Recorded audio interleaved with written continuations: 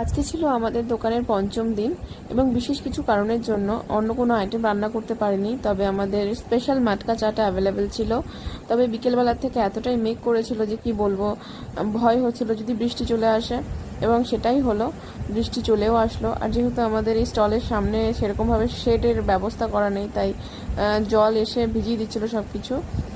তো প্রথমে যখন ঝিরিঝিরি পড়ছিল অপেক্ষা করছিলাম, কিন্তু তারপরে যখন জোরে আসলো আর কিছু করার ছিল না, সমস্ত সেট আপ আমাদের গুটিয়ে নিতে হলো। তবে লোডশেডিং হয়ে গেছিলো, কিন্তু যেহেতু আমাদের ইনভার্টার রয়েছে তো আলোর সমস্যাটা হয়নি। আমরা ওখানে অপেক্ষা করছিলাম কতক্ষণে বৃষ্টি থামে।